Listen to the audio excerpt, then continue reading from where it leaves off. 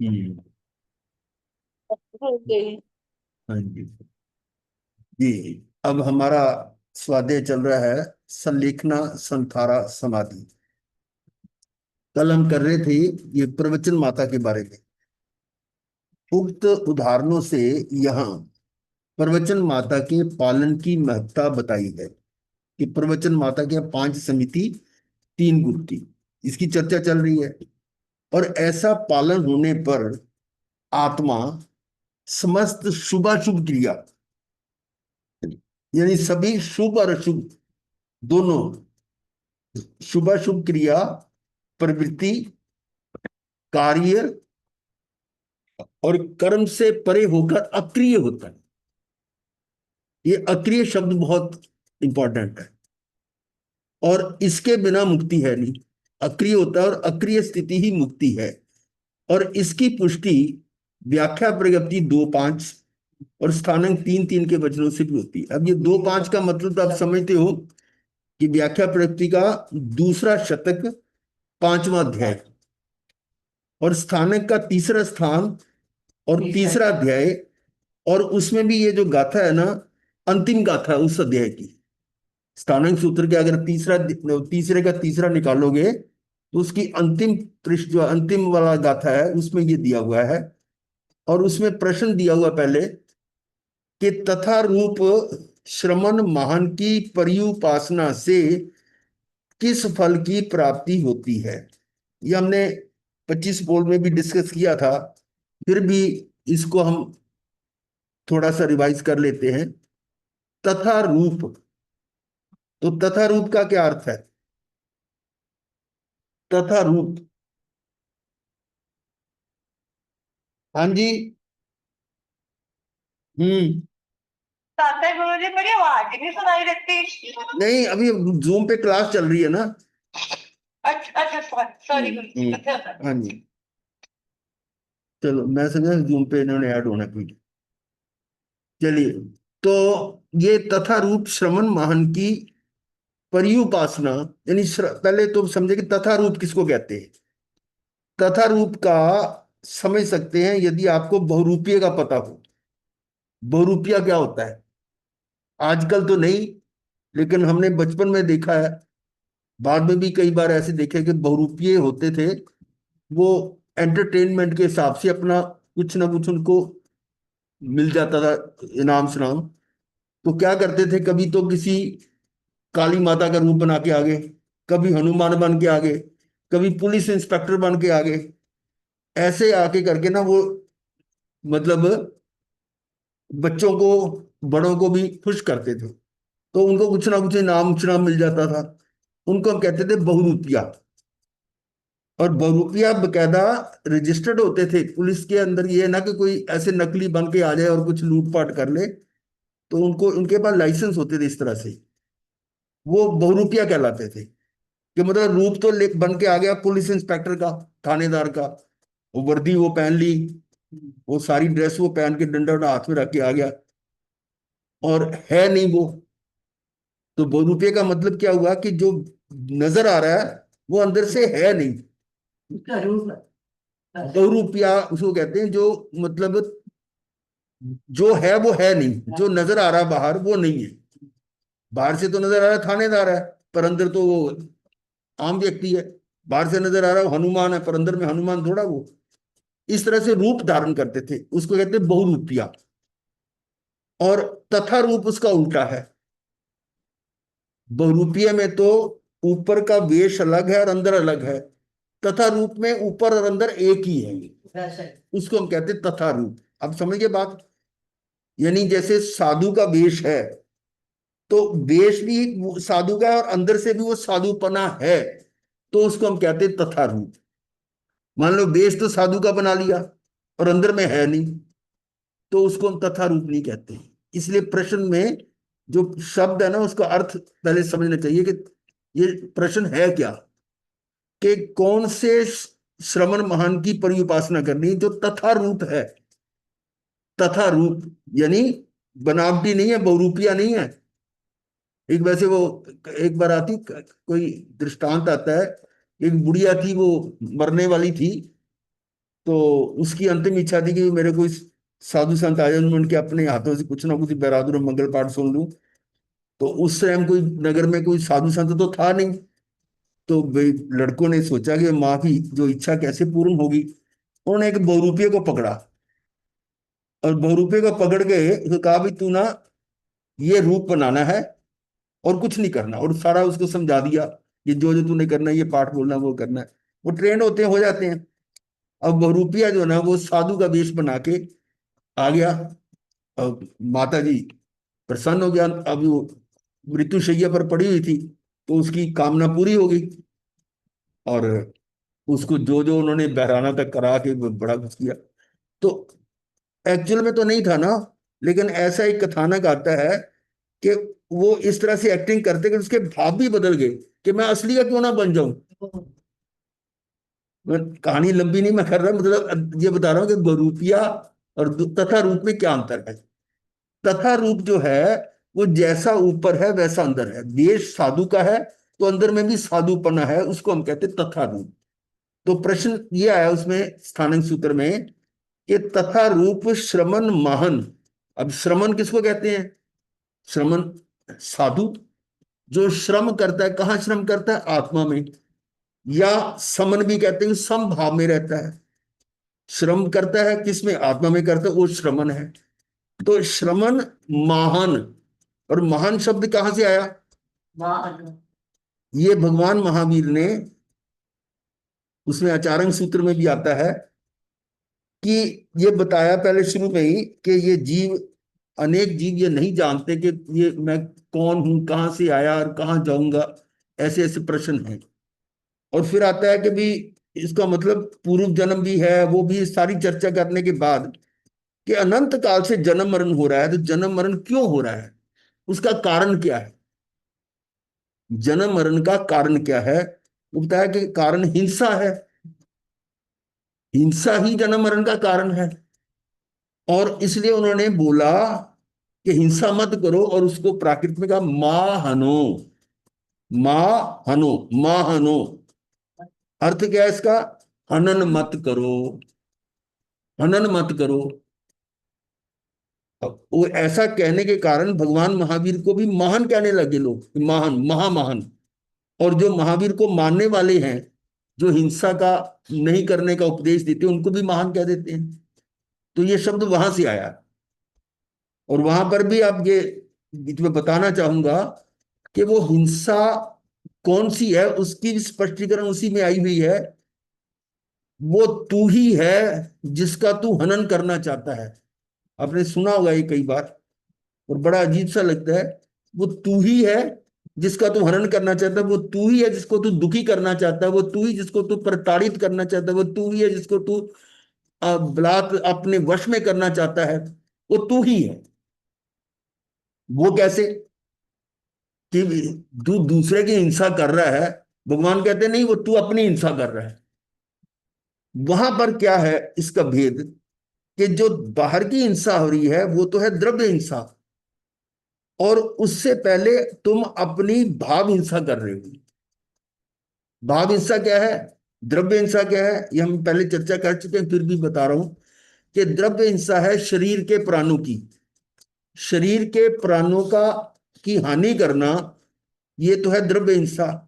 और आत्मा के प्राणों की हानि करना, ये भाव हिंसा। अब आप पूछेंगे कि शरीर के प्राण कौन से हैं? अब 25 बोल में तो आपको अभी करवाया ही है। पर कितने कितने प्राण हैं? प्राण 10 10। प्राण। 10 प्राण हैं। 5 इंद्रियों के, हाँ, 3 मन इंद्रियों के, प्राण 3 काया एक के श्वासोश्वास और एक आयुष। तो हाँ, इस प्रकार से 10 द्रव्य प्राण हैं। और 4 भाव प्राण हैं जो आत्मा के हैं, ज्ञान, दर्शन, सुख और वीर्य। ज्ञान, दर्शन, सुख और वीर्य। वीर्य मतलब शक्ति। तो ये 4 तो आत्मा के प्राण हैं। अब यहां उन्होंने, भगवान ने क्या कहा है कि तो दूसरे की जो हिंसा कर रहा है वो तो अपनी कर रहा है। इसका मतलब दूसरे के प्राणों की हिंसा से पहले तो अपने प्राणों की हिंसा कर रहा है। वो कैसे? मेरे प्राण तो ज्ञान, दर्शन, सुख, वीर्य है, तो मेरे ज्ञान की हानि कैसे हो रही है? मेरे ज्ञान की हानि होगी मेरे अज्ञान से। वो अज्ञान क्या है? जब मैं शरीर को अपना समझ रहा हूं। मेरे शरीर को किसी ने हानि पहुंचाई, तो मैंने शरीर को अपना जाना, और उसी कारण मेरे मन में द्वेष आ गया कि भाई इसने मुझे मारा है, इसने मुझे तंग किया, दुखी किया है, तो उसको मारने का मन में भाव आता है, या वचन से गाली देने का भाव आता है, या काया से थप्पड़ मारने का। तो उसकी हिंसा करने का भाव आने से पहले आप अज्ञानता में चले गए। कौन सी अज्ञानता? ये शरीर को अपना मान लिया। शरीर को अपना माना तभी तो भाव बना ना दूसरे को मारने का। तो जब शरीर को तुमने अपना माना, इसका मतलब आप ज्ञान का आवरण कर दिया, ज्ञान को अज्ञान में बदल दिया। तो अज्ञान के कारण आपके ज्ञान गुण की हानि, हिंसा होगी। तो जब ज्ञान उल्टा हो गया, अज्ञान हो गया, तो दर्शन भी उल्टा होगा। जिस चीज को आप पर को अपना जानते हो, तो पर को अपने रूप देख रहे हो, तो दर्शन भी उल्टा हो गया। और उसी के कारण आपकी मान्यता बन गई कि मैं तो शरीर हूं। तो ये उल्टी मान्यता, ये दर्शन मोहनी हो गया कि मैं शरीर हूं। इंद्रियां सुख देती हैं, धन सुख देता है, परिजन सुख देते हैं, मंत्र तंत्र सुख दे, ये सारी मान्यता मिथ्या मान्यता, ये दर्शन मोहनीय है। तो देखिए, दर्शन मोहनीय के कारण फिर आपके अंदर वो राग द्वेष आया, राग द्वेष करके चरित्र मोहनी हो गया। तो इसका मतलब अब आप जो आत्मा का गुण सुख है, वो सुख आत्मा में ना ढूंढ कर शरीर में ढूंढ रहे हो। तो इसका मतलब सुख उनकी हानि होगी। पहले ज्ञान की हानि हुई, फिर दर्शन की हानि हुई, फिर सुख की हानि होगी। और इन तीनों के कारण अब आपका उपयोग कहाँ लग रहा है? शरीर आदि पर। तो आपकी जो शक्ति है वो बाहर जा रही है, ये अंतराय कर्म हो गया, वीर्य की हानि होगी। यानी ज्ञान, दर्शन, सुख, वीर्य, चारों प्राणों की हानि कर दी आपने। किससे पहले? जब दूसरे की हिंसा करने से पहले। अब बात समझ, दूसरे की हिंसा बाद में होगी, पहले आपने अपनी हिंसा। इसलिए भगवान ने कहा वो तू ही है जिसका तू हनन करना चाहता, जिसको तू मारना चाहता है, जिसको तू अपने अधीन करना चाहता है, जिसको तू प्रताड़ित करना चाहता है, वो तू ही है। अब उसी बात को लेकर उन्होंने कहा वो हिंसा जो आप अपने प्राणों की कर रहे हो, वो हिंसा ही जन्म मरण का कारण है। इसको थोड़ा और गहराई से समझे, तो दूसरे की तो मैं हिंसा कर ही नहीं सकता, दूसरे को मैं मार ही नहीं सकता, क्योंकि वो मरेगा अपनी आयुष कर्म के साथ। आयुष कर्म अगर उसका पूरा हो गया तो उसमें बचा नहीं सकता, और अगर आयुष कर्म है तो उसको मार नहीं सकता। तो मैं कैसे उसको मार सके, जला से नहीं कर सकता। ये तो मेरी मिथ्या मान्यता है। इसका मतलब वो हिंसा जो है, दूसरे की हिंसा की बात नहीं की भगवान ने तुम्हारी अपनी हिंसा की बात की है। इसलिए कहा कि मां हनो, मतलब अपने आप को, अपने की हिंसा मत करो, मां हनो, हिंसा मत करो। तो ऐसे श्रवण महान, जो इस प्रकार का तथा रूप श्रवण महान है, उसकी सेवा पर्युपासना। पर्युपासना का मतलब उसकी भक्ति, उसके सानिध्य में बैठना। तो उससे किस फल की प्राप्ति होती है, ये प्रश्न है इसमें। तथा रूप श्रवण महान की पर्युपासना से किस फल की प्राप्ति होती है, ये प्रश्न है। तो उसका उत्तर आता है इस गाथा के रूप में। ये जो ऊपर गाथा लिखी हुई है, सबने नाणे या बिन नाणे पच्छ खाने, ये पच्छ खाने है, ये गलत प्रिंट हुआ, पच्छ खाए माने लिखा हो, पच्छ खाने है वैसे। पच्छ खाने यानी ये या और मां बीच में नहीं है। संज में अनहने तवे चे बोदाने अक्रिया सिद्धि। तो ये 10 बोल आते हैं कि तथा रूप श्रवण महान की परिउपासना से पहले किस फल की प्राप्ति थी? वो श्रवण। श्रवण, श्रवण का मतलब क्या होता है? सुनना, ठीक है। और सुनना क्या है? सुनने से क्या तात्पर्य है? सुनना वो जिससे आपको अपना बोध हो कि मैं कौन हूं। क्योंकि अभी तक तो हम सुनते आए हैं, जब जब भी पंचेंद्री बने, पंचेंद्री मतलब पांचवी इंद्री, जो कान मिले हमें, जब भी मिले, चाहे वो हम नरक में, चाहे त्रियंच में, चाहे मनुष्य में, चाहे देवलोक में, पंचेंद्री तो चारों गतियों में है। तो बने तो हम कई बार, तो हमने क्या सुना? हमने अपने बारे में सुना ही नहीं, हमने शरीर के बारे में सुना कि शरीर, शरीर को अपना समझा। तो यहां पर जो श्रवण है उसका विशेष अर्थ है कि वो सुनना क्या है, जिससे ज्ञान की प्राप्ति हो, वो सुनना है। कई बार क्या होता है कि साधु संतों के पास जाते ना, तो अगर वो कुछ बोलते नहीं, बताते नहीं, तो आपको अच्छा नहीं लगता। जैसे हाँ फलाने फलाने सेठ आ गया, और कुछ देर मेरे को पहचान लिया, हाँ भाई ठीक है, फलाना ठीक है, वो ठीक है, वो ठीक है, घर काम का ठीक चल रहा है, वो घर की बातें करते हैं। ये सुनना उसको अच्छा लग रहा है, आने वाले को भी अच्छा लग रहा है। परंतु इस श्रवण का अर्थ वो नहीं है, वो श्रवण नहीं है। श्रवण वो है जिसको सुनकर उसको अपने आप का बोध हो। इसलिए फिर प्रश्न पर प्रश्न चल रहा है कि तथा रूप श्रवण महान की पर्युपासना से किस फल की प्राप्ति होती है, तो उत्तर आया श्रवण। तो श्रवण से किस फल की प्राप्ति होती है? श्रवण से ज्ञान की प्राप्ति। तो श्रवण का भी और थोड़ा गहरा अर्थ देखें, उसी 4वें सूत्र में ही 196 नंबर की गाथा में श्रवण के संबंध में दो बातें कही गई हैं कि श्रोता और वक्ता कैसा हो। श्रोता होता है सुनने वाला, और वक्ता बोलने वाला। तो दोनों के कुछ विशेषता होती है। भाई स्कूल में भी या कॉलेज में भी कोई लेक्चरर प्रोफेसर है, तो उसकी योग्यता होती तभी तो वो क्लास में पढ़ाता है, तो क्वालिफिकेशन देखी जाती है, और फिर वो पढ़ाने के लायक फिर पढ़ाता है। ऐसे ही जो प्रवचन दे रहा है साधु, उसकी भी क्वालिफिकेशन बताई गई है गाथा नंबर 196 में, याद होगी आपको। हाँ, एक पहले तो पूछा कि प्रवचन का अधिकारी कौन, वो तो अलग से गाथा। एक प्रवचन का अधिकारी है कुशल, और कुशल होता है तीर्थंकर परमात्मा। कुशल का मतलब सर्वज्ञ, पर अब सर्वज्ञ तो है नहीं, तो उनके अभाव में, उनकी अनुपस्थिति में, उनके बाद जो आचार्य, आचार्य के आगे शिष्य, शिष्य शिष्य आगे चलते गए परंपरा अनुसार, उनकी वाणी को अक्षुण्ण बनाए रखने के लिए, तीर्थ को अक्षुण्ण बनाए रखने के लिए, ये शिष्य पर शिष्य, गुरु गुरु शिष्य परंपरा से ये उनका एक उत्तरदायित्व बन जाता है कि भगवान के तीर्थ को अक्षुण्ण बनाए रखने के लिए वो प्रवचन करते हैं।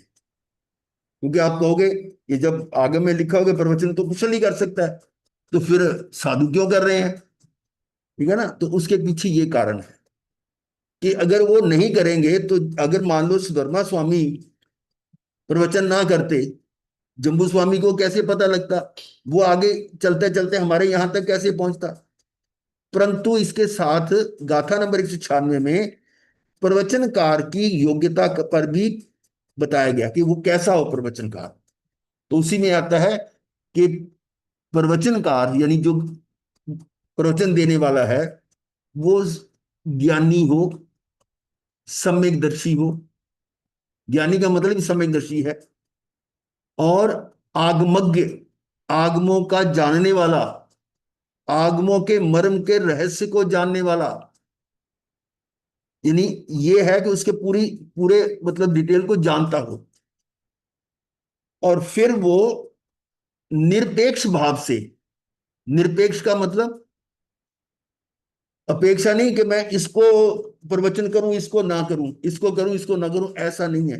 निरपेक्ष का मतलब है जो भी कोई आए इस लोक में, कोई भी जीव आए, कोई भी आए, अगर वो सुनने का इच्छुक है, या श्रोता की क्वालिफिकेशन आ गई कि श्रोता जो उस सुनने का इच्छुक है, चाहे वो उत्थित है या अनुत्थित, चाहे वो ज्ञानी है या नहीं है, वो नहीं, पर उसके सुनने का भाव यदि है, ठीक है, उसको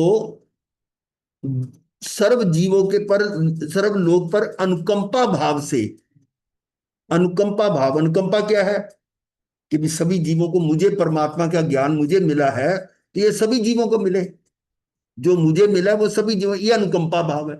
और कोई स्वार्थ नहीं है कि ऐसा करने से मुझे कोई विशेष लाभ होगा। तो अनुकंपा भाव से धर्म का भेद पर भेद बताकर, धर्म के भेद करके, और उसके सुफल का प्रतिपादन करे। किसका? धर्म का सुफल बताकर उसका प्रतिपादन करे। यहां तक समझ गए।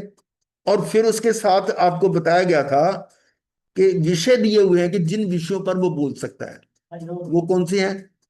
शांति, विरति हाँ, शांति नहीं, पहले निर्वाण, शांति, विरति, उपशम, निर्वाण भी आ गया, चार ही हो गया ना, शांति, विरति, उपशम, निर्वाण, फिर शौच, आर्जव, मार्दव, लाघव और अहिंसा। ये 9 है विषय। इन 9 विषयों पर ही वो बोल सकता है। तो ये श्रवण का जो पहला आया ना बोल, कि श्रवण में बोलने वाला कैसा हो और सुनने वाला कैसा हो। अब सुनने वाले में रुचि नहीं है तो फिर हमें आज्ञा नहीं है बोलने की। और फिर श्रोता किस विषय पर बोले, जो उस विषयों से संबंधित हो, उनसे अलग हटकर विषय ना ले, कोई अपनी मर्जी से विषय नहीं ले। ये है जैसे कई कोई विषय लेता है, परिवार में दाम्पत्य जीवन कैसे सुखी होगा, उस पर प्रवचन शुरू कर दिया, समाज में समाज सुधार के प्रश्न शुरू कर दिए, यानी इस तरह के प्रसंग ले लिए। वो नहीं है, वो जो भगवान ने विषय दिए उन विषयों पर ही बोल सकता है। तो ये था श्रवण। उससे फिर किस फल की प्राप्ति होती है, वो नाणे, नाण का मतलब था ज्ञान। ज्ञान का अर्थ क्या है कि मैं कौन हूं, अपने आप का ज्ञान, आत्मा हूं। और आत्मा का ज्ञान होगा तो इसका मतलब आत्मा से हटकर अनात्मा का भी होगा, कि आत्मा को छोड़कर बाकी सभी अनात्मा है, वो उनका भी ज्ञान होगा। तो इस ज्ञान से विज्ञान होगा। विज्ञान का मतलब विशेष ज्ञान, कि मैं दूसरे से भिन्न हूं। मतलब मैं आत्मा जो अन्य जितने भी द्रव्य हैं उन सबसे भिन्न विलक्षण हूं। और उसको अपने गुणों का और अनात्मा यानी पर के गुणों का भी पता लग जाता है। पर में तो 5 द्रव्य हैं और मैं एक द्रव्य हूं, जीव द्रव्य। और 5 द्रव्य कौन से हैं? धर्म, अधर्म, आकाश, काल, पुद्गल। इसमें धर्म, अधर्म, आकाश, काल तो है अमूर्त, ये तो मैं नजर नहीं आते। और हम किससे साथ संबंध रख रहे हैं? मूर्त से, पुद्गल से। और पुद्गल भी वही जो मेरे शरीर के रूप में मेरे साथ लगे हुए हैं। तो इसका मतलब सबसे नजदीक का जो मेरे साथ है वो है शरीर। तो इस शरीर के गुण अलग हैं, ये पुद्गल की पर्याय है, हर समय बदल रही है। इसमें मिलना जुलना बिछड़ना से गलना सड़ना ये हो रहा है। और मैं अजर अमर विनाशी शाश्वत आत्मा हूं। तो इस तरह से ये भेद विज्ञान वो विज्ञान है, ज्ञान और फिर विज्ञान। ठीक है, मैं बहुत शॉर्ट में बता रहा हूं, अदरवाइज इस गाथा पर गुरुदेव तो 4 महीने भी पूरा नहीं कर पाते थे। तो नाणे बिन नाणे, विज्ञान यानी विशेष ज्ञान, तो उसमें स्वभाव और पर भाव की जानकारी होती है। तो स्वभाव और पर भाव को जानने से, जानने मात्र से ज्ञानी नहीं है। ज्ञानी किसको कहा, ये उत्तरायण सूत्र में भी आया हुआ है। ज्ञान संपन्न जीव के क्या होता है? वो है कि जो स्वभाव और पर भाव को जानकर पर भाव से परास्त नहीं होता। इसको समझे जरा ध्यान से। स्वभाव और पर भाव को जानकर पर भाव से परास्त नहीं होता। क्या मतलब इसका? अपने स्वभाव का पता लग गया कि मेरा स्वभाव तो है मात्र जानना देखना, मेरा स्वभाव है, और मैं अजर अमर अविनाशी हूं, मेरे में कुछ ना आ सकता ना जा सकता, मैं तो अखंड गण पिंड हूं। ठीक है। और इस शरीर का स्वभाव क्या है? ये पुद्गल की पर्याय है, क्षण भंगुर है, मूर्तिक है, वर्ण गंध रस स्पर्श वाली है, इसमें हर समय परिवर्तन हो रहा है। ये शरीर का स्वभाव हुआ। ठीक है, मेरा स्वभाव और इसका स्वभाव दोनों अलग अलग हैं। अब पर भाव से परास्त होने का मतलब क्या है? यदि शरीर में कुछ हो रहा है, वो कहता मुझ में हो रहा है। शरीर में कोई फोड़ा फिंसी निकल आया, ओ मुझे फोड़ा निकला, मेरे मेरे दर्द हो गया, हुआ किसमें? शरीर में। और उसको कह रहा मुझ में हुआ, इसका मतलब पर भाव से परास्त हो गया। समझे ना? जो शरीर में हो रहा है वो मुझ में हो रहा है, इसका मतलब पर भाव में चले गए ना, तो पर भाव से परास्त हो गए। ऐसा पर भाव से जो परास्त नहीं होता उसको ज्ञानी कहा। अब आप समझ रहे ज्ञानी की परिभाषा क्या है? ज्ञानी उसे कहते हैं जो पर भाव से परास्त नहीं होता। और हमारे थोड़ी सी भी दिक्कत होती है क्या मेरी पैर में दर्द हो रहा है, मेरी टांग में दर्द हो रहा है, मेरी आंख खराब हो गई, ये हो गया, और कितना वो उसमें पर भाव में चले जाते हैं। अब समझो ना, ये है ज्ञानी की बात, ज्ञानी की डेफिनेशन, कि जो पर भाव से परास्त नहीं होता वो ज्ञानी है। तो ये विज्ञान की बात आ गई, ज्ञान विज्ञान दोनों समझे ना, श्रवण से ज्ञान की प्राप्ति और ज्ञान से विज्ञान की। और जब उसको ये समझ आ गई कि पर भाव में नहीं जाना, तो वो पर भाव में नहीं जाने का मतलब उसका पक्षखान हो गया, क्योंकि पक्षखान की डेफिनेशन है पर भाव से हट जाना, प्रत्याख्यान, परे हट जाना। किससे? पर भाव से। हमने प्रत्याख्यान का पक्षखान का अर्थ लिया हुआ है कि आज मैंने ये छोड़ दिया, आज मैंने ये छोड़ दिया, आज मैंने यहां इधर जाना छोड़ दिया, आज मैंने तो पश्चिम की तरफ जाना छोड़ दिया। तरह तरह के नियम लेते हैं, है ना। पक्षकान उसको कहते हैं, वस्तुओं को छोड़ने को। लेकिन एक्चुअल में जो ये पक्षखाने हैं, इसका अर्थ है पर भाव से छूट जाना, पर भाव से हट जाना। समझ आ गई होगी बात, पर भाव से हटना ही पक्षखान है। तो महाराज जब जी पर भाव से हट गया, पर भाव में जाता नहीं है, इसका कहां जाएगा फिर? वो स्वभाव में रहेगा। और जब स्वभाव में रहेगा, तो अभी अभी आपने 25 बोल में वो 5 महाव्रतों के बारे में सुना था। कौन सा बोल था? 23 23वां बोल था, साधु के 5 महाव्रत। ठीक है। उसमें क्या था कि जो स्वभाव में रहता है तो अपने भाव प्राणों की रक्षा कर रहा है, क्योंकि भाव प्राणों की हिंसा कब होती है? जब वो पर भाव में जाता है, विभाव में जाता है। तो विभाव में जाने से, पर भाव में जाने से अपने प्राणों की हिंसा हो रही है। तो वो हिंसा जो है ना, उसकी उसका प्रतिक्रमण है। और यदि वो अपने स्वभाव में रहता है तो हिंसा नहीं होगी। ठीक है ना। तो यहां पर आ गया पक्ष खाने का मतलब है कि जब वो पर भाव से हट जाता है, स्वभाव में आता है, तो ना तो वो हिंसा करेगा, ना झूठ बोलेगा। झूठ का मतलब असत्य में जाएगा ही नहीं। असत्य क्या है? शरीर आदि। और सत्य आत्मा। जब वो आत्मा में ही रह रहा है तो शरीर आदि से हट गया, तो इसका मतलब वो सत्य धर्म हो गया। और अचौर्य धर्म का मतलब कि मैंने ये बिना आज्ञा के ले ली। अरे तुम ले ही नहीं सकते, तुम्हारे में ग्रहण गुण है ही नहीं। जीव जो है वो किसी को ग्रहण कर ही नहीं सकता। तो तुम कैसे कहते हो कि मैंने आज्ञा ली है? नहीं ली। ये है, सूक्ष्मता से देखें तो हम किसी को ग्रहण कर ही नहीं सकते। ये भाव होगा तो अचौर्य भाव आएगा। और ऐसी ब्रह्मचर्य का मतलब ब्रह्म जैसी चर्या हमने व्यवहार में रख लिया कि 9 बार सहित ब्रह्मचर्य का पालन। वो तो है द्रव्य से अब्रह्म, मतलब ब्रह्मचर्य की, ब्रह्मचर्य द्रव्य से हो गया। और ये जो निश्चय में ब्रह्मचर्य है, ब्रह्म जैसी चर्या, अर्थात आत्मा यानी परमात्मा जैसी चर्या। तो परमात्मा क्या करते हैं? अपने आप में रमन करते हैं। तो यदि मैं अपने स्वभाव में हूं तो मैं, ब्रह्मचर्य मेरा सुरक्षित हो गया, मैथुन में भी नहीं जाऊंगा, और अपरिग्रह भी होगा।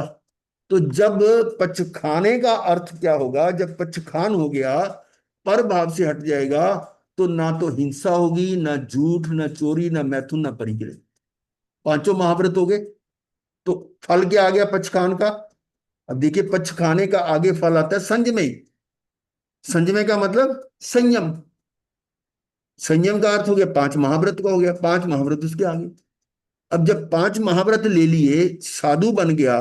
अब साधु बनने के बाद क्या वो संसार में भटकना चाहेगा? संसार में रुलना नहीं चाहेगा। ठीक है ना। वो एक भजन में बोलते हैं ना, जरा सुन ले ओ चेतन राजा, भव भव में रुलने में क्या सार है। तू बन जा बने तो परमात्मा, तेरी आत्मा में शक्ति अपार है। ये भाव है उसके, कि वो अब संसार में भटकना नहीं चाहता। तो भटकना नहीं चाहेगा तो कर्म नहीं करना चाहेगा। पाप तो पहले छोड़ दिए उसने, और अब यानी अशुभ तो पहले छोड़ आया, तो अब वो शुभ भी नहीं करना चाहेगा, क्योंकि शुभ या शुभ दोनों ही कर्म बंध के कारण है। तो इसका मतलब संयम का फल क्या आएगा? अनाश्रव। आश्रव का मतलब कर्मों के आना, और अनाश्रव का मतलब आश्रव का रुक जाना, अर्थात संबर। तो संयम का फल आता है संबर, महाराज जी। जिसको हम कहते हैं अनहन्ने, अनन्ने यानी अनाश्रव। फिर है तवे। महाराज जी, अनाश्रव के बाद, हाँ क्या बोले? एक प्रश्न है महाराज जी। हाँ बोलिए। महाराज जी, जब मैं कुछ भी ग्रहण नहीं करता तो फिर मैं ये त्याग कौन करता है? कोई भी नहीं। यही तो है ना, ये अंदर की बात है। यानी जो निश्चय में तो मैं कुछ ग्रहण कर ही नहीं सकता, तो ये भाव होंगे तो वो उसका अचोर्य महाव्रत भी हो जाएगा और अपरिग्रह भी हो जाएगा। नहीं महाराज जी, जैसे हम महाराज जी के पास जाके अपना त्याग तो ग्रहण आप करते करते हैं। हो द्रव्य से, निश्चय व्यवहार में कर रहे हो। व्यवहार में भी जरूरी है, पहले व्यवहार से करते करते अंतिम जो है निश्चय तक आना है। अगर आपने पहले निश्चय को पकड़ना है तो व्यवहार के बिना निश्चय में पहुंच नहीं सकते। ठीक है महाराज जी। व्यवहार में करते करते अंतिम जो है ना, हमें व्यवहार अपने आप छूट जाएगा, तो नीचे में चले जाओगे। अब इसी तरह से जो 5 महाव्रत का पालन करते हैं वो व्यवहार है। वो करते करते निश्चय में जाने का मतलब है कि वो धर्म में चले गए, अपनी आत्मा में चले गए। तो वही तो, अपनी आत्मा में जब चले गए तो अब व्यवहार वाली सारी बातें खत्म। अभी हम 10 बजे की क्लास में वो कर रहे थे ना, समय सार में, कि प्रतिक्रमण और अप्रतिक्रमण की चर्चा चल रही थी, कि जो जीव आत्मा में स्थित हो जाता है उसके लिए प्रतिक्रमण और अप्रतिक्रमण का क्या अर्थ हुआ? कुछ नहीं। वो निश्चय प्रतिक्रमण उसका अलग है। फिर ये बादल अब है, संयम का फल आता है अनाश्रव, के आश्रव से हट गए। और उसका फल क्या आता है? तवे। तवे का मतलब तप। अब देखिए, तप का जो नंबर है वो 7वां है। 1 2 3 4 5 6 और 7, तबे जो है वो 7वां नंबर पर है। और ये क्रम है। यदि आप इसमें कोई बीच का कोई एक पॉइंट भी मिस कर देंगे तो अंतिम पद पर नहीं पहुंच सकते। मान लो इसमें आपने ज्ञान ही नहीं लिया, अज्ञानी हो, और बाकी सारे काम कर रहे हो, तब सिद्धि होना तो असंभव है, मुक्ति नहीं हो सकती। यानी सभी स्टेप नंबर वार आप पूरा करेंगे तब जाकर अंत में सिद्धि होगी। तो ये अनाश्रव के बाद अब देखिए नए कर्म आने बंद हो गए, और जो पुराने थे वो अब तप तप से निर्जित हो जाएंगे। तप करने से, जिस तरह से नाव के अंदर छेद हैं तो पानी आ रहा है, अब जितने मर्जी भर भर के निकालते जाओ, नाव तो डूबेगी। तो उसका पहले क्या करना है? हमने छिद्रों को बंद करना है। टूटी खुली हुई है और नीचे टप रखा हुआ है, और कहा कि इसको टप को खाली करो। अब मग्गे भर भर के खाली किए जा रहे हैं, हो जाएगा जब तक टूटी बंद नहीं होगी। तो ऊपर से टैप बंद करेंगे तो आप खाली कर सकते हो। तो इसी प्रकार से टैप तो बंद कर दिया आपने अन्य अनाश्रम में, कि अब कर्म नहीं आ रहे, और अब तप के द्वारा अब आप उसको उलीच रहे हो। अब उसमें से मग्गे भर भर के निकाल दे, ऊपर से तो बंद कर दिया, अब नीचे से निकाल रहे हो तो खाली हो जाएगा। तो ये है तप का नंबर अनाश्रव के बाद, यानी संबर के बाद है। और हमने संबर किया नहीं, कर्मों का रोका नहीं, और तप करना शुरू कर दिया, तो वो रिजल्ट वो नहीं आएगा जो आना चाहिए। ठीक है। तो ये अनन्य तवे तवे। उसके बाद क्या? तवे चेव। चेव का मतलब तथा। चेव का मतलब है तथा। तवे चेव है ना, वो दाने। अब उसका अर्थ, उसका फल क्या है? वो दाने। वो दाने के व्यवदान। व्यवदान का स्थूल अर्थ है कि यानी समझ लो शुद्ध हो गया, विशुद्ध हो गया। क्या कह रहे हैं? हाँ, वो दाने व्यवधान हो गया ना, वो शुद्ध हो जाए, विशुद्धि हो जाती है। ये उसका फल आ गया, तप का फल आ गया विशुद्धि। यानी आत्मा शुद्ध हो गई, कर्म रहित हो गई। और ये बात भी आप पहले सुन चुके हैं कि आत्मा में स्पर्श गुण नहीं है। जो कर्म आते हैं वो पहले वाले कर्मों से ही बद्ध होते हैं। कर्म से कर्म बंधते हैं, जो अनादिकाल से मेरे साथ हैं। और जब एक बार आपने उसको डिलीट कर दिया, फॉर्मेट कर दिया, कर्म खत्म हो गए, अब नए कर्म किसके साथ जुड़ेंगे? आएंगे ही नहीं। तो ये बोध आने का मतलब वो स्टेप है जहां पर अब नए कर्म नहीं आते हैं। तो नए कर्म नहीं आने का मतलब अब कोई क्रिया नहीं होगी, अक्रिय हो जाएगा। अक्रिय, कुछ नहीं करना, उसको कहते हैं अक्रिय। तो अक्रिय का फल सिद्धि है। अब देखिए कहां से कहां पहुंचाया है।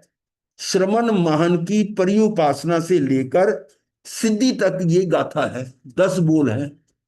तो यही बताया गया, अर्थात तथा रूप श्रवण महान की सेवा पर्युपासना से श्रवण, उससे श्रुत ज्ञान, उससे हे उपादेय का, यही वो विज्ञान हो गया। और या आत्मा शरीर जड़ चेतन जीव अजीव का भेद विज्ञान होता है। उसे स्वभाव और परभाव का स्वरूप समझकर, स्वभाव और परभाव, उसका स्वरूप समझकर पर पदार्थ और पर पदार्थ के निमित्त कारण से होने वाले पर भाव। क्योंकि अभी हम समय सार में भी कर रहे थे, कर्म का बंध का मूल कारण क्या है? मेरे अध्यवसाय, जो पर द्रव्य के कारण है, पर द्रव्य पर आश्रित जो मेरे भाव हैं वो कर्म का कारण है। पर द्रव्य क्या है? आत्मा को छोड़कर सारे पर द्रव्य हैं। तो अगर मेरी दृष्टि पर है और उसके कारण कोई भाव पैदा हो रहे हैं, वो कर्म बंदी है। वो चाहे पर पदार्थ, चाहे वो यानी निम्न का हो या उच्च क्वालिटी का हो, कोई भी हो, पर द्रव्य तो शुभ अशुभ दोनों हो सकते हैं ना। अशुभतम भी हो सकता है, शुभतम भी हो सकता है। उन सभी सभी के लिए आया वो, कि शुभतम मान लो साक्षात तीर्थंकर परमात्मा भी है, उसको भी पर द्रव्य माने क्या? जबकि परमात्मा के सामने होंगे तो मेरे भाव तो बहुत उत्तम होंगे, पर उत्तम होने का मतलब ये थोड़ा कर्म बंद नहीं होंगे, वो कर्म बढ़िया बंद होंगे। तो इसका मतलब है कि पर द्रव्य के आश्रय से होने वाले जो भाव हैं वो कर्म बंध का कारण है। तो यहां पर क्या आ रहा है कि वो पर पदार्थ के निमित्त कारण से होने वाले पर भाव का प्रत्याख्यान यानी परित्याग करता है, उस पर भाव में नहीं जाता। उससे क्या होगा? संयम, ये सारी हम चर्चा कर चुके हैं। उससे आत्मा द्वारा आत्मा में संवृत होकर, आत्मा द्वारा आत्मा में संवृत यानी अनाश्रय हो गया, समस्त आश्रय द्वारों को रोकता है। उससे लघु कर्म होता है, लघु कर्म कर्म हल्के होते हैं। और फिर तप में प्रविष्ट होता है। अब तप में प्रविष्ट होने से पहले 6 कारण पूरे किए, तब है तप। और हम क्या कर रहे हैं? ना तो ज्ञान है ना विज्ञान, कुछ है नहीं, और तप शुरू कर देते हैं। उससे वो रिजल्ट ही नहीं निकलेगा, उससे पुण्य बंद हो जाएगा, वो भी कुछ ज्यादा नहीं होगा। और तप में प्रविष्ट होता है, उससे व्यवधान को प्राप्त होता है। और उस व्यवधान से अंत क्रिया कर, अंत क्रिया कैसी होगी? जब अक्रिय होगा। ये बात पहले हम कर रहे थे इसमें अभी। अंत क्रिया बिना अक्रिय हुए नहीं होती। जब तक आत्मा के जो प्रदेश हैं वो अकंप निष्कंप ना हो, अक्रिय ना हो, तब तक मुक्ति नहीं है। वो अंत क्रिया होगी, तब मुक्त होता है, सिद्ध होता है। मेरे ख्याल एक गाथा में इतना टाइम लगा भी, ये तो बहुत कम है। 4 4 महीने जो गुरुदेव बोल सकते हैं, तो हमने तो बहुत शॉर्ट में किया अभी।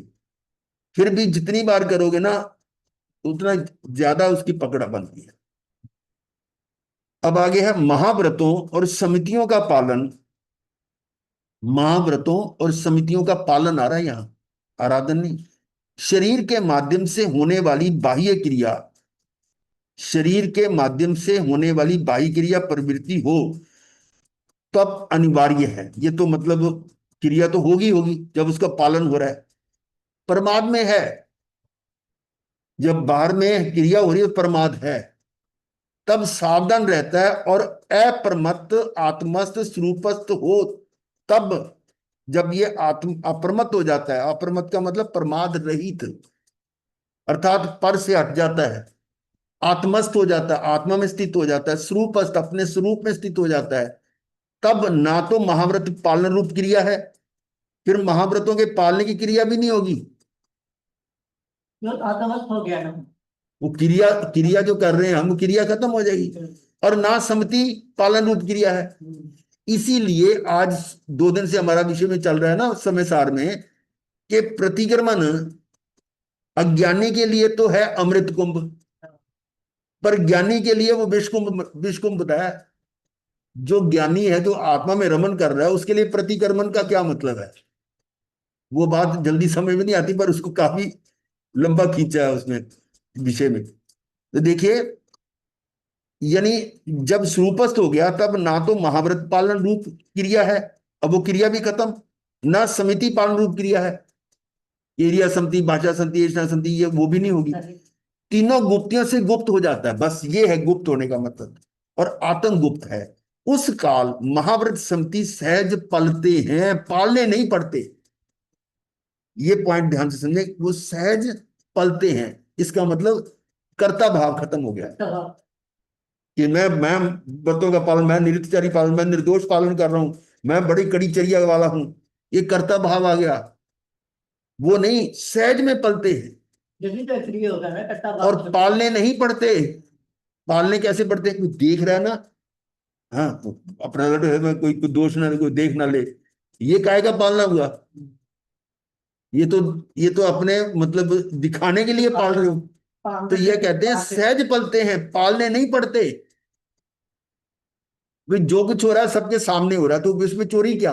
अगर हम मान ले में हमारे में कोई दोष भी है, तो कर रहे हैं, दोष कर रहे हैं भाई, ठीक है। नहीं कर सकते, अब जो हार पानी ले रहे हैं निर्दोष नहीं ले सकते, तो इसका मतलब लेना ही छोड़ दें। तो इसलिए ये है वो समय के साथ, लेकिन ये ना हो, कपट ना हो कि भी हम तो कोई दोष नहीं लगाते, हम तो बड़े उच्च क्रिया वाले हैं, वो और ज्यादा पाप है वो। तो अपने गुनाह को गुनाह ही नहीं माना, तो कपट ही हो गया। कपट हो गया। तो उस काल महाव्रत समिति सहज पलते हैं, पालने नहीं पड़ते, वहां प्रवृत्ति ही नहीं रहती, मात्र आत्मवृत्ति, आत्मा को आत्मा की अनुभूति रहती है। इसी अपेक्षा से आगमों में तीनों गुप्तियों और तीनों समाधारणताओं का फल, 3 समाधान की मन गुप्ति, वचन गुप्ति, काय गुप्ति, और 3 समाधान मन समाधारणता, वचन समाधारणता, काय समाधारणता, इन तीनों का और तीनों गुप्तियों का फल क्या बताया, सर्वोत्कृष्ट सिद्ध बुद्ध मुक्त दशा प्रकट होना है, यानी इसका फल ये आता है। और वह स्वरूप रमणता, ज्ञाता दृष्टा भाव, अक्रिय दशा, चौथे 5वें गुण स्थान के भी हो सकती है। आप सोचेंगे ये दशा तो 13वें गुण स्थान में होती है। गुरुदेव क्या कह रहे हैं, नहीं, चौथे से शुरू हो जाती है, चौथे में आंशिक है, कुछ समय के लिए है, और 13वें में जाकर वो परमानेंट हो जाती है। तो वह स्वरूप रमणता, ज्ञाता दृष्टा भाव, अक्रिय दशा, चौथे 5वें गुण स्थान वर्ती के भी हो सकती है। 7वें और आगे तो होती ही है।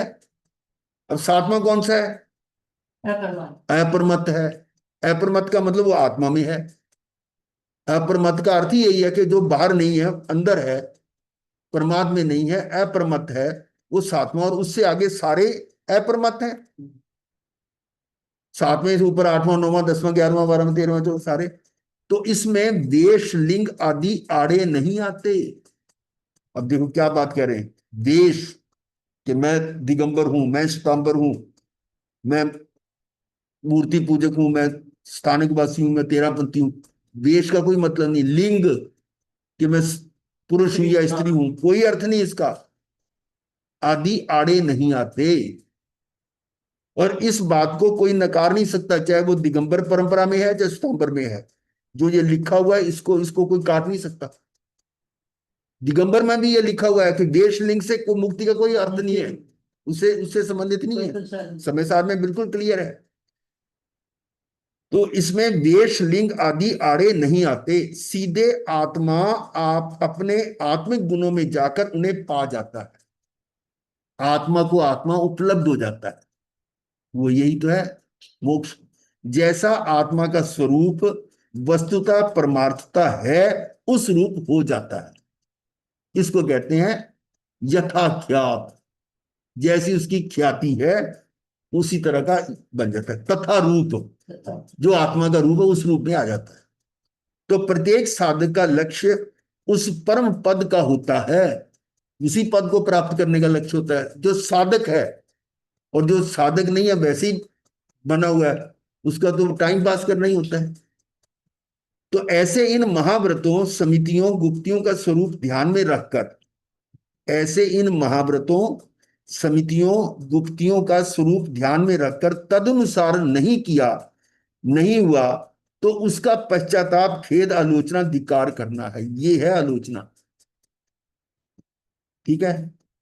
और अब आगे देखिए, समितियों में हुई असावधानियों का पश्चाताप, अनुचिंतन।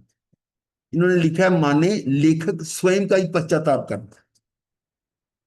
वो कुछ अपने पर लेकर कह रहे हैं, कुछ ऐसी घटनाएं औरों की भी हो सकती है। अहो भगवान, आपने तो मुझे इतना समझाया कि हे साधक, जयना, यत्ना पूर्वक चलना फिरना, उठना बैठना, सोना बोलना खाना तो पाप कर्म का बंधन नहीं होगा। यह 10वीं कालिक सूत्र में आता है ये।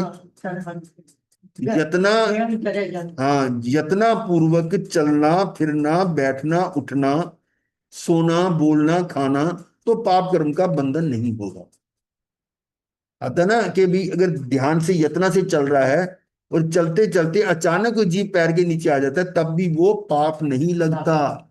और यदि यत्ना से नहीं चल रहा, चलते चलते आपस में बातें करते जा रहे हैं, नीचे ध्यान ही नहीं है, तो चाहे वो जीव कोई पैर के नीचे आया या नहीं आया, तो पाप लगता ही लगता है, फिर लगता है। इसीलिए कहा गया कि बिहार में साधु के लिए, जैसे गोचरी के लिए जा रहा हो, तो रास्ते में बातचीत ना करे, कोई धर्म चर्चा भी ना करे। ऐसा है वर्णन कि भी चल रास्ते में चलते चलते धर्म चर्चा ही कर लें। हमने ऐसी ऐसी किया भी कई बार, पर वो गलत है। तो महाराज हैं? मौन होके चलना होता है। मुझे ना महाराज। हाँ जी। मौन होके महाराज जी चलने का आदेश होता है। हाँ, वो कारण ये है कि अगर वो बातों में लगे रहेगा, तो वो नीचे ध्यान नहीं रहेगा कि नीचे कोई जीव जंतु आ रहा है, नहीं आ रहा। वो जो जो है ना उसकी इरिया समिति, उसमें दोष लगता है। इरिया समिति में दोष लगता है ना, इसलिए कहा है। और नहीं तो हमारे जैसे कुतर की ऐसे भी तो चले जा रहे हैं, आधा घंटा घंटा तो कोई चर्चा ही करते जाते हैं। जब बिहार में जा रहे हैं तो बातें करते जा रहे हैं, वो दोष लगता है। वो हमने भी लगाया है, नहीं पता था। अभी मैं चलो भी घंटे का बिहार है, चलो 1 घंटे में इसके साथ चर्चा, धर्म चर्चा कर लेते हैं। परंतु वो अगर ध्यान उधर है तो दोनों तरफ तो जा नहीं सकता, कहीं ना कहीं तो चूक होगी। तो इसलिए मना किया है कि वैसे चलते। मान चलो 3-4 हाँ जी। कदम देख के चलना चाहिए। हाँ, वही ना, 3.5 हाथ जैसे अपना शरीर का उतना आगे देखकर चलो, तो हाँ आगे जी, देख हाँ। के चलेगा। तो ध्यान तो उधर ही होना चाहिए ना, उपयोग वहां लगना चाहिए। और यदि बातों में लग गए तो कहीं चूक हो सकती है। ये है, वास्तव में ये है। पर अगर कोई इसको ना ध्यान दे, हमने ऐसी बेवकूफी की हुई है नहीं पता था, ठीक है बातें करते जा रहे हैं। तो सदगुरुदेव ने आपकी अगम्य वाणी का गम रहस्य समझाया कि जब बाह्य में कोई प्रवृत्ति करो, तब इतनी यत्ना रखना कि किसी जीव की हिंसा विराधना ना हो, और आत्मा का उपयोग आत्माकार रखना, और अपने भाव प्राणों का अतिपात ना हो जाए। भाव प्राणों का पर में उपयोग जाते ही विकार और वही विभाव परिणमन कर्म बंद करता होते। पर में, पर उपयोग, पर भाव में जाते ही आपने अपनी हिंसा कर ली भाव प्राणों की। वो है विभाव परिणमन कर, जब अपने प्राणों की हिंसा होगी तो कर्म बंद हो गए। तो हे भगवान, मैंने तो दोनों अपेक्षाओं से चूक कर दी, मैंने गलती की। प्रवृत्ति करते भी पूरी सावधानी इतना नहीं रखी। अब मैं खुद कह रहा हूं, मैंने भी ऐसे किया है कि ऐसी प्रवृत्ति करते भी पूर्ण सावधानी इतना नहीं रखी और जीवों की हिंसा विराधना हुई। अब मैं तो सोच रहा कि मैं नहीं कर रहा, लेकिन जब मेरी बातें इधर उधर हो रही हैं, इसका मतलब मैं कर रहा हूं। तो उसी प्रमाद से अपने भाव प्राणों की हानि कर ली, कर्म बंद कर लिया। हे अरिहंत परमात्मा, मैं आपकी साक्षी से पूज्य गुरुदेव के समक्ष इस असावधानी, स्खलन, भूल चूक के लिए पश्चाताप करता हूं, अपने आप को धिक्कारता हूं। और मुझे धिक्कार है उस अतिचार दोष के लिए, स्वयं की आलोचना करता हूं। वह मेरा पाप दोष निष्फल हो, निष्फल। ठीक है, ये था। अ, अब आगे चलते, इरिया संति। हे सतगुरुदेव, आपके निर्देशानुसार मैं हर गमनागमन के बाद फिर उभय कालीन प्रतिकरण में अयतना से हुई हिंसा विराधना की आलोचना करता रहा। ये होता है ना, गमनागमन का मतलब जैसे जाते हैं आते हैं ना, उसके बाद भी वो करते, इच्छा कारण का पाठ बोलते हैं कि मेरी इस चलने फिरने में कोई किसी प्रकार से हिंसा हुई हो, उसके लिए मिच्छामि दुक्कडम। और उभयकालीन का मतलब प्रातः और सायं का। प्रातः का जो है सूर्योदय से पहले होता है, और सायंकाल का सूर्यास्त से पहले। मैंने बोला है, उसको ध्यान से सुनना जरा। सुबह का सूर्योदय से पहले और शाम का सूर्यास्त होने से पहले, बाद में नहीं। मैंने बोला सूर्यास्त होने से पहले, ये बोल रहा हूं आगम के अनुसार, आगम के अनुसार बोल रहा हूं। और वैसे परंपरा में अधिकतर लोग शाम का प्रतिक्रमण सूर्यास्त होने के बाद करते हैं, 7:30। लेकिन आगम प्रमाण है, उत्तरायण सूत्र के 26वां समाचारी अध्ययन में है कि दिन के 4 पहर होते हैं। चौथे पहर में अंतिम जो अंतिम मुहूर्त, उसमें बाकी सब क्रियाओं से निपटकर प्रतिलेखना वगैरह करके और प्रतिक्रमण करे जो सूर्यास्त से पहले पूरा हो जाए। बिल्कुल ऐसा है। और रात्रि के में क्या है, जैसे दिन के पहले पहर में ध्यान, दूसरे पहर में स्वाध्याय, तीसरे पहर में आहार निहार, और चौथे में स्वाध्याय, और उसके अंतिम अंतर मुहूर्त में प्रतिक्रमण। और अब रात्रि के जो 4 पहर हैं, उसमें पहले पहर में स्वाध्याय, दूसरे में ध्यान, तीसरे में निद्रा, चौथे में फिर स्वाध्याय। और स्वाध्याय करते करते प्रातः सूर्य उदय होने से पहले वो प्रतिक्रमण कर ले। इसका मतलब रात्रि का प्रतिक्रमण रात्रि में होगा और दिन का प्रतिक्रमण दिन में होगा। लेकिन हमारी परंपरा ऐसे क्यों बिगड़ी कि जिस समय पहले साधु संत थे, आहार उनका सीमित होता था, एक बार आहार लाते थे, फिर धीरे धीरे 2 बार हो गया, फिर 3-3 बार हो गया, सुबह दोपहर शाम। और शाम को आहार मिलता नहीं है टाइम पर, घरों में बनता नहीं है, तो ढूंढते ढूंढते समय लग जाता है, दिन छिपने को हो जाता है, तो जल्दी में हड़बड़ी में वो निपटाते हैं। और पानी वानी लेना होता है, इतने करते करते दिन छिप जाता है। अब ये तो रोज का किस्सा हो गया, तो प्रतिक्रमण तो करना ही करना है।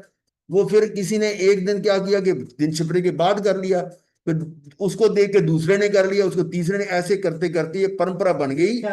और सभी जो है वो शाम का प्रतिक्रमण दिन छिपने के बाद करने लग गए, और कहते हैं हमारे गुरु यही करते थे, हमारे गुरु यही करते थे।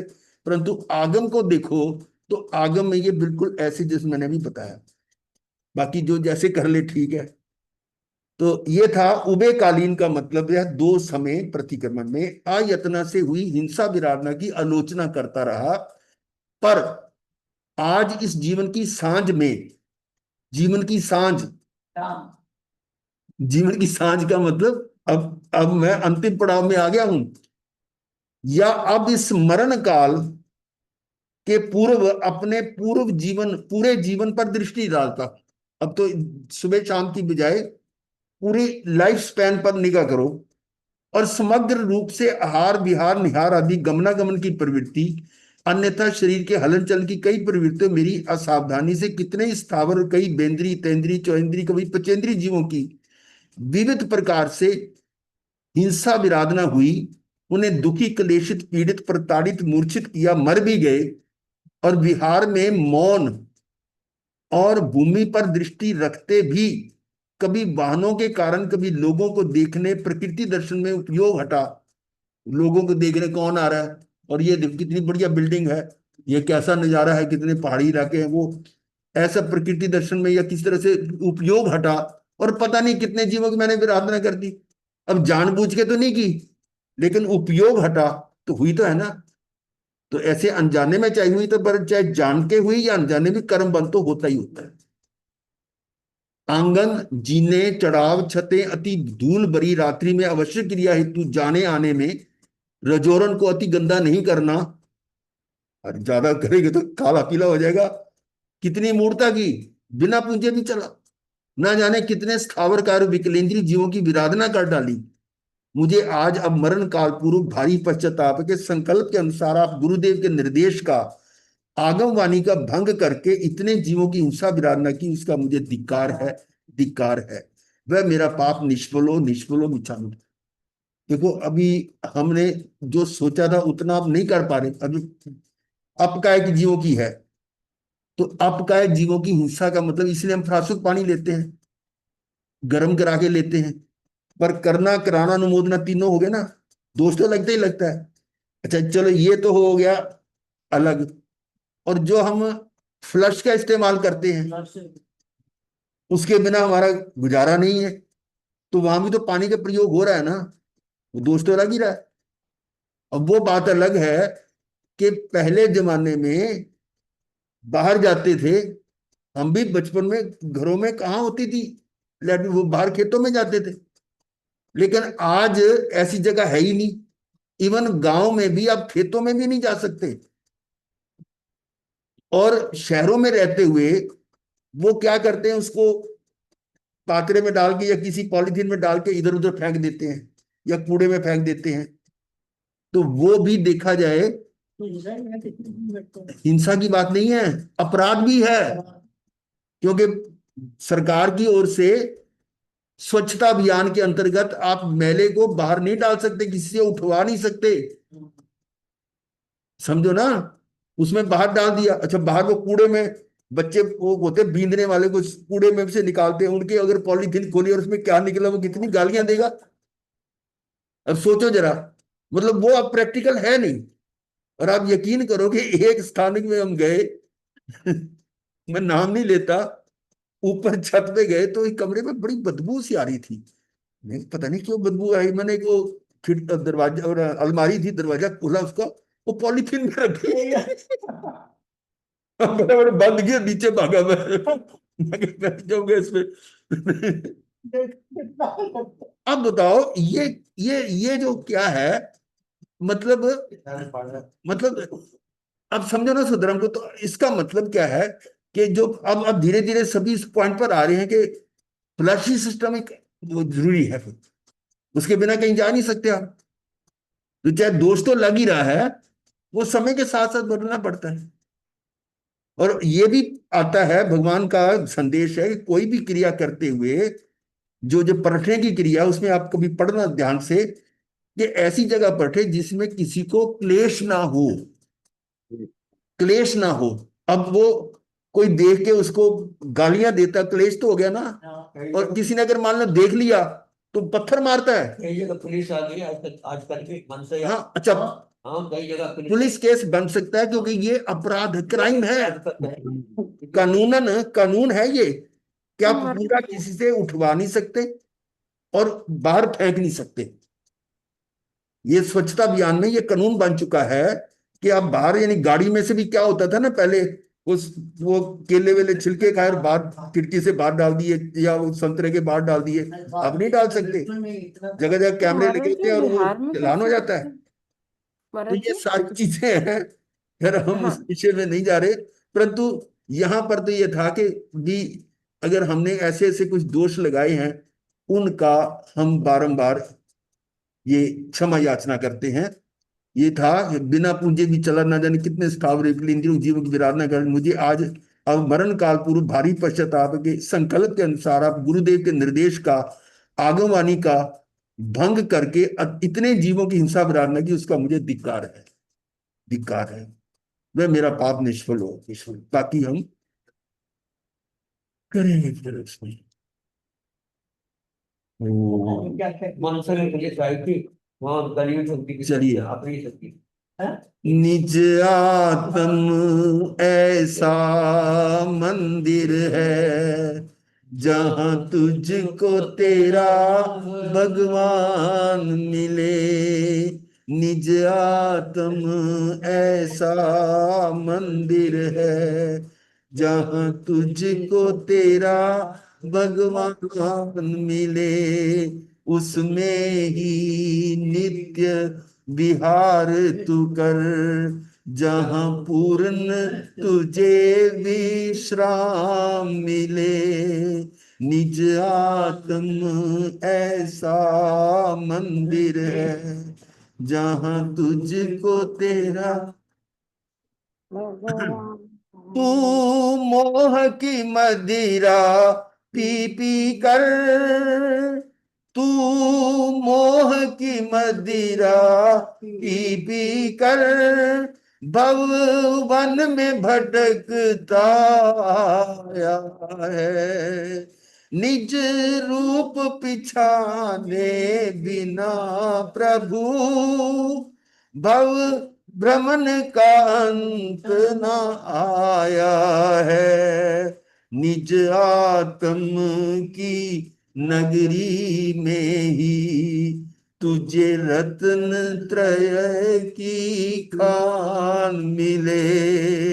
निज आत्म ऐसा मंदिर है, जहाँ मुझको मेरा भगवान मिले।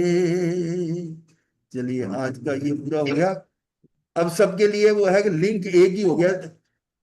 4 दिन में अभी 4 क्लासेस चल रही हैं, 7 से 8, फिर 10 से 11 समय सार का चल रहा है, फिर 2:15 से 3:15। अभी आज लेशिया का था, विषय पूरा हुआ, और जैसे जैसे विषय चलते रहेंगे। और हमारा ये 3:30 बजे का ये संलेखना संतारा समाधि ये विषय चल रहा है। तो इसके साथ ही